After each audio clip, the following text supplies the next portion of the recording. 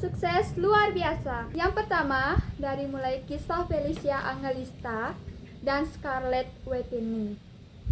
Dimulai dari hobi pribadinya dalam merawat kulit, Felicia juga seorang artis dan presenter. Awalnya menjual masker wajah melalui bisnis bernama Feliskin. Berawal dari pertanyaan orang tentang perawatan kulitnya, ia melihat peluang untuk mengembangkan bisnis skincare-nya. Pada tahun 2017, ia meluncurkan Scarlett Whitening-nya yang awalnya fokus pada produk perawatan tubuh seperti hand and body lotion, sabun cair, dan scrub.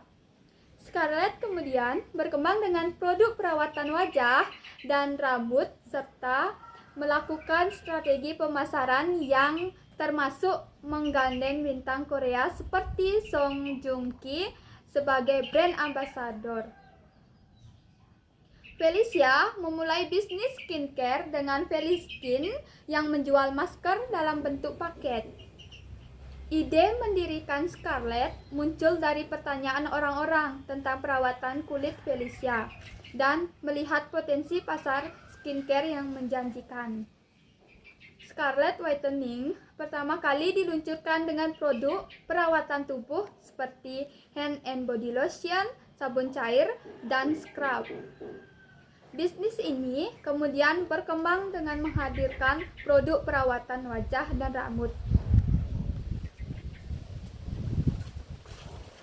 Felicia menggunakan strategi pemasaran yang kuat, termasuk menggandeng influencer dan public figure, serta menggandeng bintang Korea seperti brand ambassador.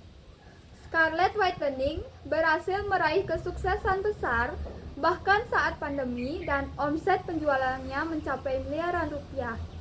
Scarlett tidak hanya fokus pada penjualan online, tetapi juga mulai memasarkan produknya secara offline di berbagai supermarket. Yang kedua, ada Maharani Kamala, adalah salah satu pengusaha sukses di Indonesia yang dikenal luas melalui bisnis kecantikan dan properti. Wanita kelahiran Gianyar, Bali pada 3 September 1988 ini membangun kerajaan bisnisnya dari nol hingga menjadi salah satu nama besar di industri kecantikan. Sebelum menjadi pengusaha, Maharani Kamala lebih dulu meniti karir di dunia perbankan. Pengalaman ini menjadi modal berharga yang membantunya dalam mengelola bisnis dengan strategi finansial yang matang. Dari sana, ia kemudian merintis bisnis kosmetik yang kemudian berkembang pesat dan menjadikannya sebagai salah satu sosok berpengaruh di industri kecantikan. Sebelum terjun ke dunia bisnis, Maharani Kamala memulai karirnya di sebuah bank BUMN. Pengalamannya di sektor perbankan memberikan pemahaman mendalam tentang manajemen keuangan dan investasi. Di tengah pekerjaannya sebagai pegawai bank, Maharani mulai mencoba bisnis sampingan di bidang kecantikan. Ketertarikannya pada dunia skincare dan kosmetik membuat tergerak untuk membangun bisnis sendiri.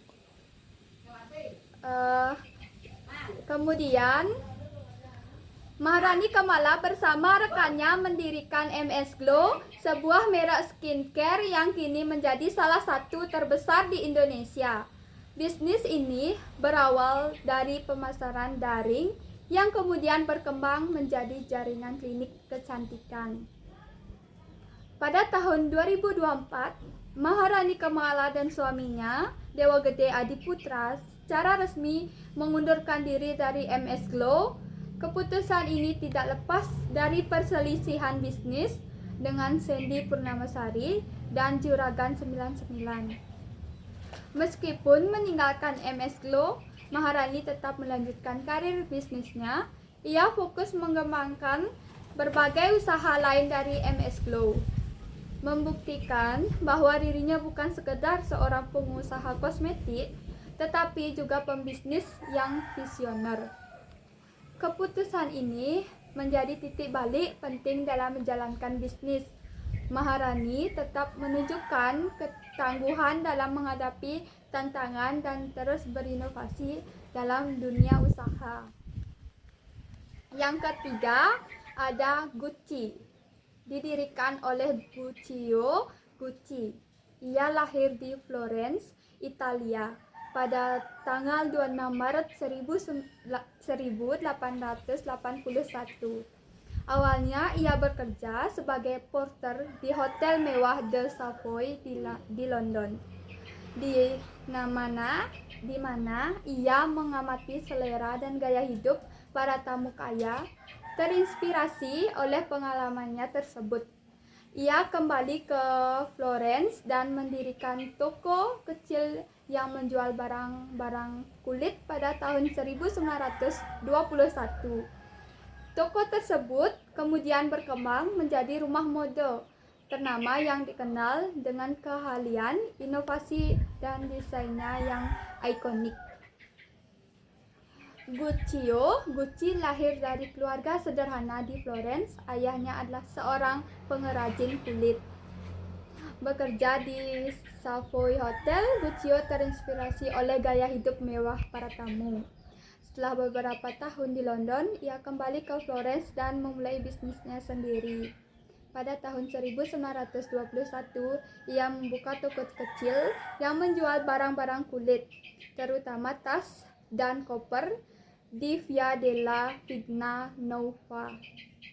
Bisnisnya berkembang pesat dan ia mulai memproduksi barang-barang kulitnya sendiri dengan bantuan pengrajin lokal.